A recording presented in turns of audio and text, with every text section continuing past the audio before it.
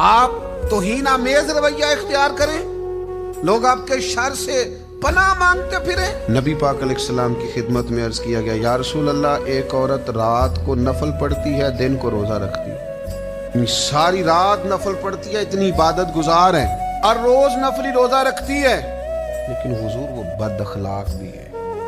और बताने वाले ने वजाहत दी कि या रसूल अल्लाह, अपनी जुबान से अपने पड़ोसियों को तकलीफ देती है।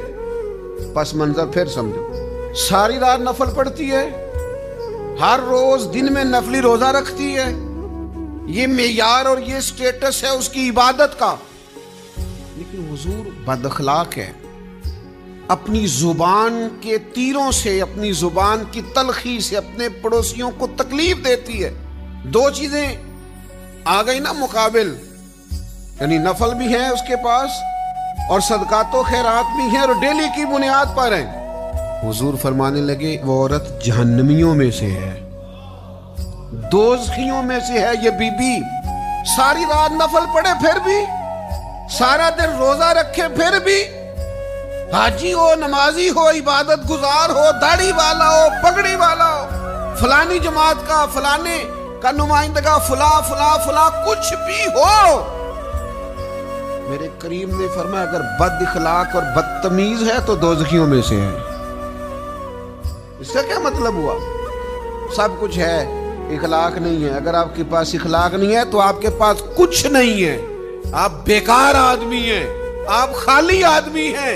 इसलिए कि हम उस रसूल के मानने वाले हैं जिनका रब कहता है व इन्नका लअला खुलुकिन अज़ीम।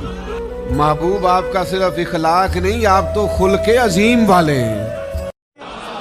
किसी ने आके कहा था, अबू बकर अगर कोई कहे मैं रातों रात गया हूँ और रातों रात आया हूँ और 18,000 साल का गोया मैं मंजर देख आया हूँ, और इतनी बात तो नस से है ना, लैलम मिनल मस्जिदिल हराम इलल मस्जिदिल अक्सा, रात के थोड़े से हिस्से में मस्जिद हराम से मस्जिद अक्सा, यहाँ तक भी कोई जा नहीं सकता, मुमकिन नहीं। कोई कहे तो मानते हो? मैं नहीं। तो कहा आपके महबूब ने कहा है, तो फरमाने लगे उन्होंने कहा है तो बिल्कुल ठीक कहा है। कहा अभी तो आपने कहा था कि कोई कहे तो मैं नहीं मानता, कहने लगे चलना हो कोई है। अगर चाहते हो कि रिस्क में बरकत हो तो फिर रिस्क देने वाले के आगे झुक जाओ। ऐलान है कुरान पाक का कि जब तू मेरे जिक्र से मुंह फेरेगा, रोटी मेरी खाए और पैसे लेके याशी करे, मस्जिद आई ना। हुक्म तो यह है कि जितनी जितनी नेमत बढ़ती जाए सजदे बढ़ने चाहिए, लेकिन हम लोग सजदे कम करते जाते हैं, फर्द नमाज भी नहीं पढ़ते, फिर रिस्क तंग होता है, फिर अल्लाह के अदल का निजाम चलता है, फिर खराबी होती है। तो माली परेशानी का बहुत बड़ा सबब यह है कि हम मस्जिद की तरफ नहीं आते, दीन की तरफ नहीं आते, पैसा नाजायज जगह पे खर्च होता है। आप यकीन करें, मस्जिदों का हाल खस्ता है, मदारस का हाल काबिल रहम है, काबिल रहम हालत है मदारस इस्लामिया। बिस्मिल्लाहिर्रहमानिर्रहीम। ए इंसानों, आज मैं आपको परेशान करने आया हूँ। मैं यहाँ पर आपके ज़मीर को झंझोड़ने के लिए आया हूँ और आपकी आंखें खोलने आया हूँ। इस्लाम के इस कदीम शहर में ऐसे लोग हैं जो भूखे सोते और जागते हैं। क्या आपको सुकून की नींद सोते शर्म नहीं आती? मुसलमानों के शहर में अगर एक भी शख्स भूखा रहे तो पेट भरना और पेट भरकर सोना बड़ा ऐब है। एक दिन पैगंबर सल्लल्लाहु अलैहि वसल्लम ने घर में भेड़ ज़िबाह की।